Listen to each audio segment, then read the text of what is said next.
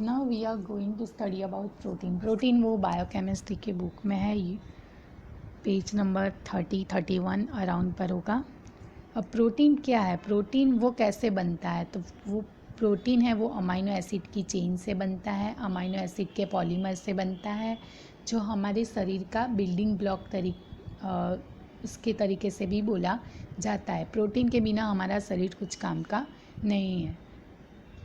शरीर में जो हमारे ह्यूमन बींग्स में, लिविंग ऑर्गेनिज्म में सबसे पहली जो चीज़ मिली थी वो प्रोटीन थी, जो ढूंढी गई थी। ग्रीक भाषा में उसको प्रोटियस अर्थ से भी बोला जाता है, और वैज्ञानिक साइंटिस्ट मल्डर ने की शोध की थी। प्रोटीन की इम्पोर्टेंस क्या है, तो प्रोटीन की टोटल 10 इम्पोर्टेंस है। फर्स्ट है कि वो अपनी साइटोस्केलेटन सिस्टम जो हमारा है, स्केलेटन सिस्टम वो प्रोटीन से बना है। एंजाइम है वो एक प्रकार के प्रोटीन है। इम्यूनोग्लोब्युलिन मतलब कि जो एंटीबॉडी है हमारे बॉडी में, वो भी एक प्रकार के प्रोटीन है। बहुत सारे हार्मोन प्रोटीन है। स्ट्रक्चरल प्रोटीन जो होता है, जो हमारे बॉडी को आधार देता है, वो भी हलन चलन के लिए, मूवमेंट के लिए, जो मांसपेशी हमारे मसल्स है, वो सारे प्रोटीन पे जवाबदार है। कितने प्रोटीन हैं वो जो हमारे सेल के सेल वॉल में, साइटोप्लाज्म में प्रेजेंट होते हैं। सेल वॉल कोश दीवार कहते हैं, कोश रस मतलब साइटोप्लाज्म, और न्यूक्लियस में भी प्रोटीन पाए जाते हैं। ट्रांसपोर्ट प्रोटीन, बहुत सारे प्रोटीन हैं जो ट्रांसपोर्टेशन में मदद करते हैं बॉडी फ्लूइड के अंदर, या तो फिर कोश से सेल वॉल के अंदर। HDL, LDL, VLDL। Storage protein के जो स्टोर का काम करते हैं, संग्रह का काम करते हैं, वो कौन है? आयन के जो फेरिटिन के नाम पर स्टोर होता है। बहुत सारे प्रोटीन हैं जो रेस्पिरेटरी पिगमेंट के साथ जुड़े हुए हैं, और बहुत सारे प्रोटीन हैं कि जो स्टार्वेशन में मदद करते हैं। स्टार्वेशन मतलब कि जो भूखा रहते हैं, तब तो जब भूखे रहते हैं तब बॉडी को एनर्जी के लिए प्रोटीन कैटाबॉलिज्म नाम की प्रक्रिया करता है, बॉडी को शक्ति देता है। प्रोटीन कैसे बनता है, तो कार्बन, हाइड्रोजन, ऑक्सीजन, नाइट्रोजन, और 60% जितना नाइट्रोजन प्रोटीन होता है। प्रोटीन का 3 तरीके से वर्गीकरण होता है, डिवीज़न होता है। उसके शेप और साइज़ के आकार से, कद और आकार के आकार से। 3 उसके वर्किंग नेचर के कारण, कार्य के आधार से, और उसकी द्राव्यता और भौतिक, उसके फिजिकल नेचर और उसकी सॉल्युबिलिटी के आधार पे। तो जो उसके साइज़ और शेप के आकार में है, तो उसके टोटल कितने रूप हैं, तो 2 है। फर्स्ट है fibrous protein, second globular protein. Fibrous protein है कि जो सब में सामान्य तरीके से अद्राव्य है, और वो जो द्राव्य है वो है मतलब कि वो इजीली सॉल्यूबल नहीं होते सब में, जैसे कि पानी में, एसिड में, बेस सॉल्यूशन में, वो सब। एग्जाम्पल क्या है? Carotene, collagen. ग्लोब्यूलर प्रोटीन के जो पानी में द्राव्य है, वाटर सॉल्यूबल है। एग्जाम्पल क्या है? Albumin, haemoglobin. और ग्लोब्यूलिन है वो पानी में द्राव्य नहीं है। अब उसके कार्य क्या आकार पे के उस आधार पे उस डिपेंड ऑन इट्स वर्क, तो उसके कारण वो 9 डिवीज़न में डिवाइड होगा। फर्स्ट वन इज़ द रक्षण प्रोटेक्शन प्रोटीन मतलब कि बॉडी को प्रोटेक्ट करता है फॉरेन पार्टिकल से, उसको बोलेंगे हम इम्यूनोग्लोब्यूलिन।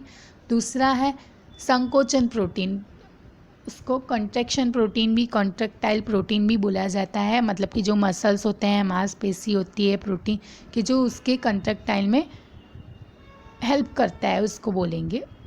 फिर रेस्पिरेटरी प्रोटीन, जो हीमोग्लोबिन है, साइटोक्रोम है, मायोग्लोबिन, ये सारे प्रोटीन हैं। ये तीनों नाम है प्रोटीन के, हीमोग्लोबिन, साइटोक्रोम, मायोग्लोबिन, जो रेस्पिरेटरी में मदद करते हैं। रेस्पिरेटरी मतलब श्वास की प्रक्रिया। स्ट्रक्चरल प्रोटीन में कौन कौन से हैं? जो नेल के हैं, स्किन के हैं, हेयर के हैं, वो प्रोटीन।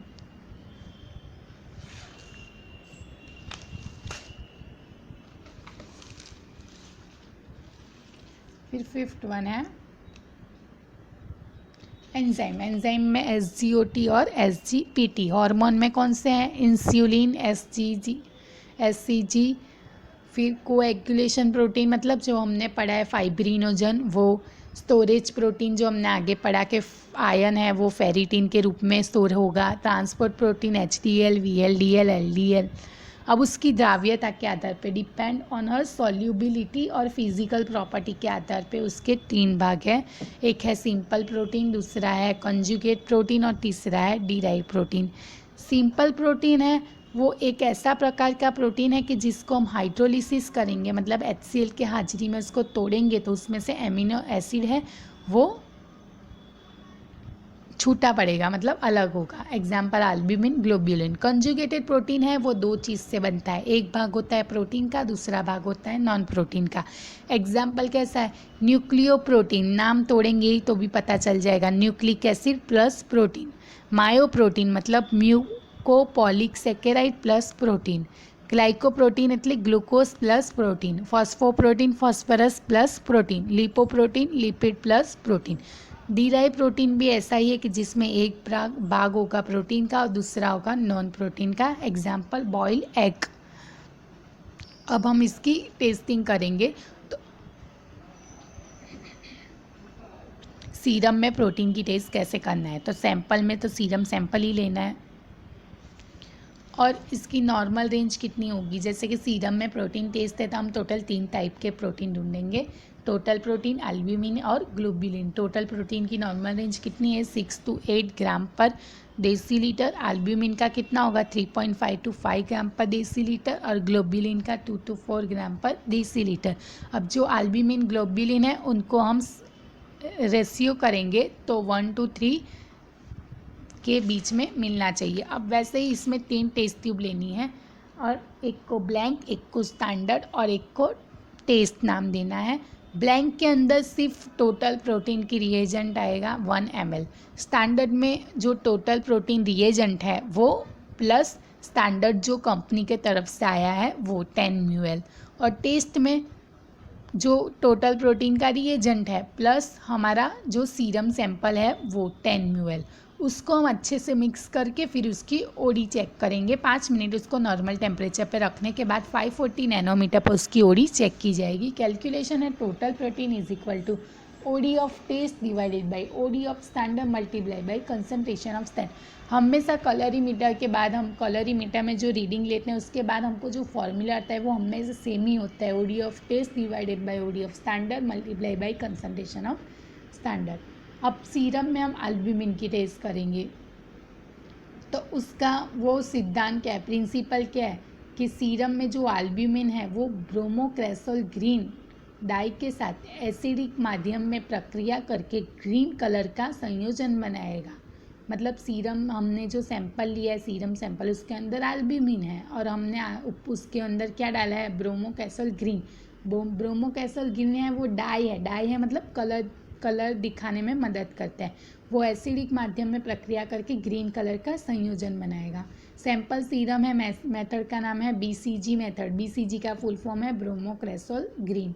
अब इसमें भी 3 टेस्ट ट्यूब लेनी है, ब्लैंक, स्टैंडर्ड और टेस्ट नाम देना है। ब्लैंक में एल्ब्यूमिन का रिएजेंट डालना है और कुछ नहीं डालना। स्टैंडर्ड में रिएजेंट डालना है एल्ब्यूमिन का प्लस जो स्टैंडर्ड आया है वो, और टेस्ट में एल्ब्यूमिन का रिएजेंट 1.5 ml डालना है प्लस जो हमारा सैंपल है 10 ml वो डालना है। अच्छे से मिक्स करना है और 620 नैनोमीटर पे उसको कैलकुलेशन करना है चेक करके।